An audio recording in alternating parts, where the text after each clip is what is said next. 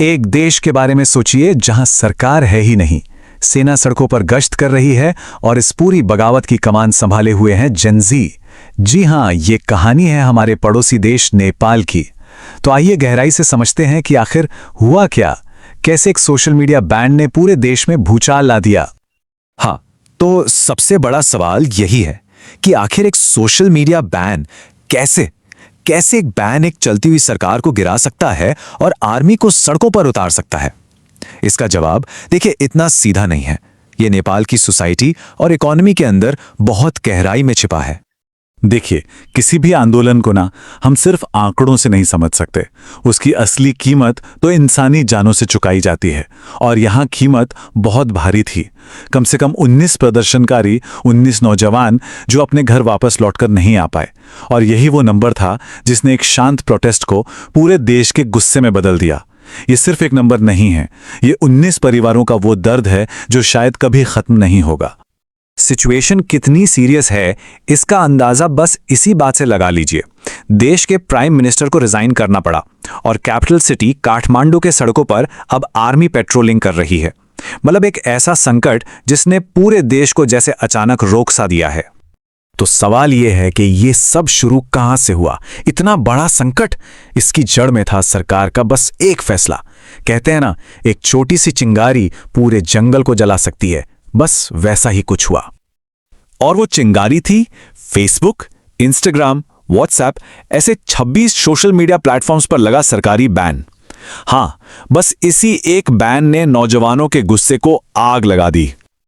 और यहां पर कहानी थोड़ी इंटरेस्टिंग हो जाती है, क्योंकि दोनों तरफ की दलीलें बिल्कुल अलग अलग थीं।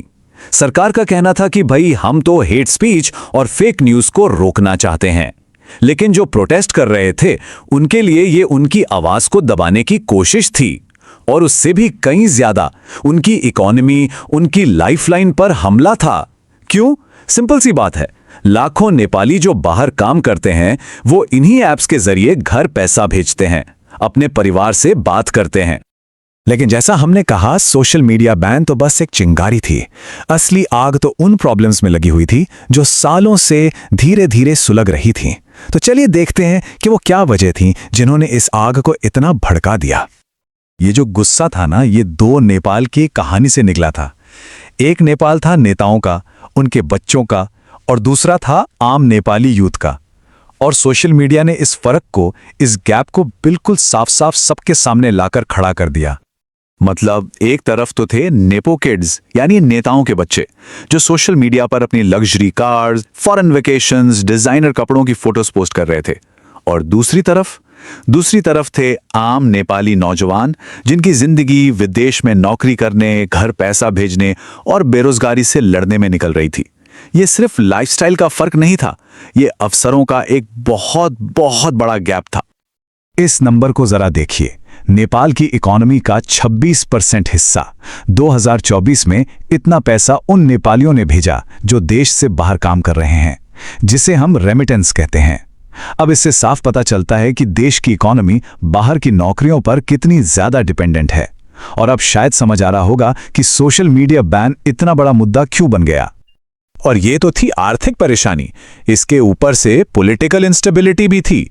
2008 में जब से राजशाही खत्म हुई है, तब से नेपाल में 13 सरकारें आ चुकी हैं।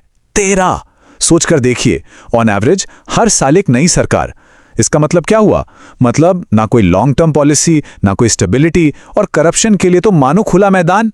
ऐसे माहौल में नौजवानों का सिस्टम से भरोसा उठना तो लाजमी था। और इसी निराशा, इसी गुस्से के बीच से एक आवाज उठी, एक नारा गूंजा, ये हमारी बारी है अब।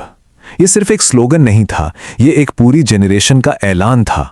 एक ऐलान कि बस अब बहुत हुआ, आपने हमारा फ्यूचर छीन लिया, अब हम अपना हक वापस लेने आए हैं। तो अब आइए टाइमलाइन पर नजर डालते हैं कि कैसे सिर्फ कुछ ही दिनों के अंदर एक पीसफुल प्रोटेस्ट एक नेशनल इमरजेंसी में तब्दील हो गया।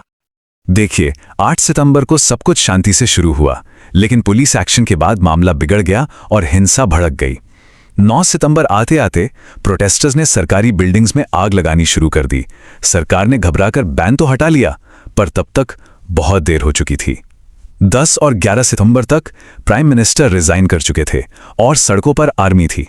सोचिए, सिर्फ 3 दिन में पूरा देश बदल गया। इस पूरी उथल-पुथल के बाद अब सबसे बड़ा सवाल सामने आकर खड़ा हो गया है।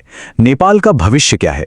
देश इस वक्त एक ऐसे मोड़ पर है जहां से आगे का रास्ता बिल्कुल साफ नहीं दिख रहा है।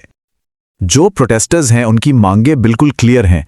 वो सिर्फ सरकार बदलना नहीं चाहते, वो पूरा सिस्टम बदलना चाहते हैं।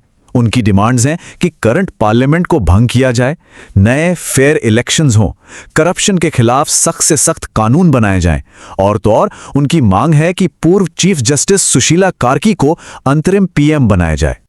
12 सितंबर तक की जो अपडेट है वो ये है कि काठमांडू और दूसरे शहरों में एक अजीब सा तनाव भरा सन्नाटा है। आर्मी सड़कों पर है, कर्फ्यू लगा हुआ है, लेकिन एक पॉलिटिकल वैक्यूम, एक खालीपन सा है। पूरा देश एक तरह से सांस रोके देख रहा है कि आगे क्या होता है। और आखिर में हम इसी सवाल के साथ रह जाते हैं, क्या जेनजी का ये विद्रोह, उनका ये गुस्सा नेपाल के लिए एक नई सुबह लाएगा, एक बेहतर कल, या फिर ये देश पॉलिटिकल इंस्टेबिलिटी के एक और लंबे दौर में फंस कर रह जाएगा? इसका जवाब शायद सिर्फ आने वाला वक्त ही दे पाएगा।